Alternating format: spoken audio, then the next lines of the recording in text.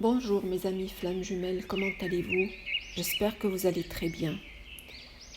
Alors sur cette vidéo, j'ai choisi de vous parler d'une étape particulière du parcours par rapport au chaser. Alors cette étape, c'est une étape où le chaser s'habitue au comportement de son runner. Il sait exactement quand il va se manifester. Il sent quand le runner va éprouver le besoin de le voir, de le contacter, de poster quelque chose par exemple sur les réseaux sociaux, etc. De plus, ce chaser sait aussi, pendant cette période et cette étape, quand et comment son runner va réagir face à tel ou tel mot, geste de sa part. Il s'est tellement habitué qu'il va même imaginer la suite. Bref, il ressent tout ce que le runner ressent, pense.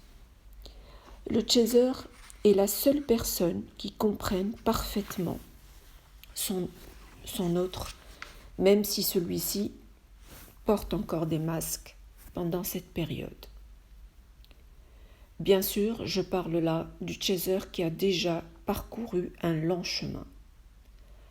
Ce chaser, pendant cette période ou cette étape de parcours, a compris pourquoi son runner est apparu dans sa vie. Il a compris qu'il doit retrouver son propre chemin. Il accepte la relation avec toutes ses difficultés qu'il accueille et par laquelle il arrive à comprendre quel travail qui reste à faire pour lui. Ce chaser arrive à cette étape d'être de plus en plus calme, en paix, avec de moins en moins de colère, d'irritation, de tristesse. Ce chaser, pendant cette étape, arrive à faire la différence entre son énergie, celle de son jumeau, et aussi celle qui provient des phénomènes astraux. À ce stade, l'énergie parfois lourde de son runner est tout de suite perçue, mais le chaser arrive à la transformer rapidement parce qu'il a compris qu'il ne doit pas être influencé. Le chaser a appris à s'aimer, à prendre soin de lui-même. D'ailleurs, de cette manière, il aide indirectement son runner à aller mieux et à avancer. Pendant ce stade, les synchronicités qui faisaient quelque chose au chaser deviennent à ce stade pratiquement habituelles. On dirait qu'elles n'ont plus les mêmes effets par rapport au stade précédent du parcours. Le chaser est plus calme, il peut aussi, à une période, même les zapper, car plus occupé à faire autre chose qu'à penser à son runner.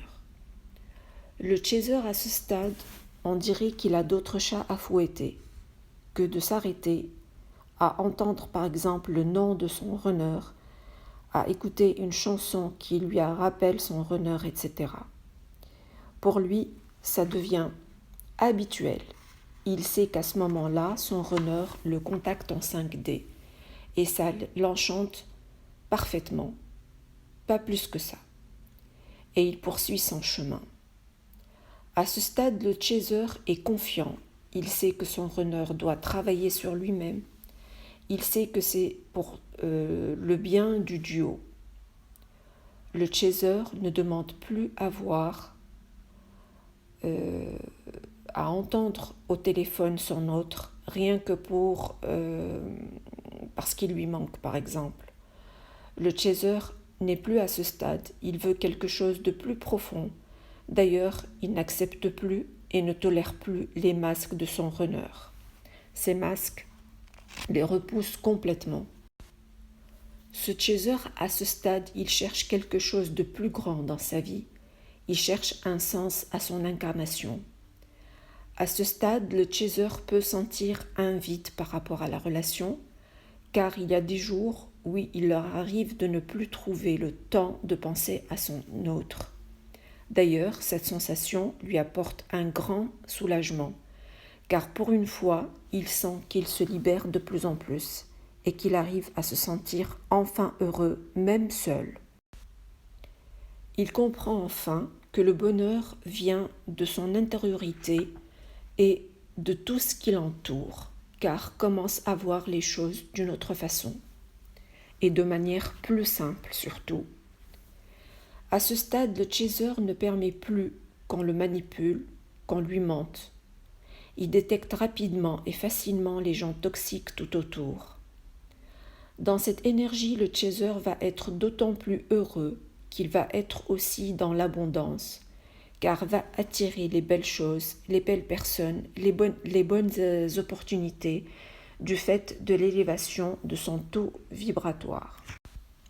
Bref, ce stade que je décris est une période magnifique pour le chaser, un peu moins pour le runner, qui va le pousser à réagir face à son côté sombre, car il va se poser des questions face au changement de son autre.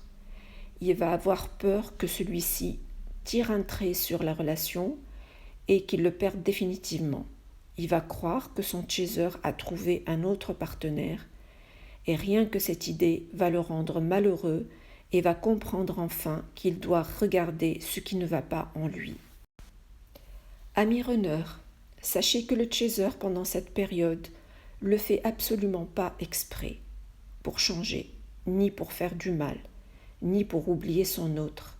Ça se fait naturellement, et c'est une période obligatoire dans le parcours commandé par la source, pour qu'enfin le runner se réveille.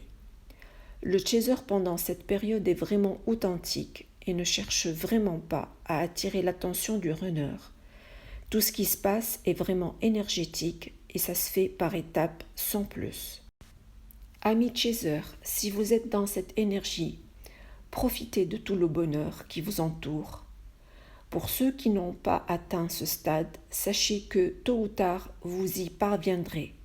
Entre-temps, laissez les choses entre les mains de la source.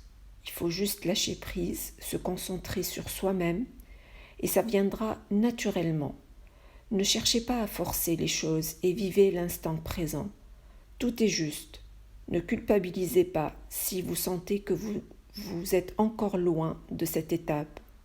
Et ne cherchez pas, coûte que coûte, d'accélérer les choses. Je vous assure que ça ne sert à rien.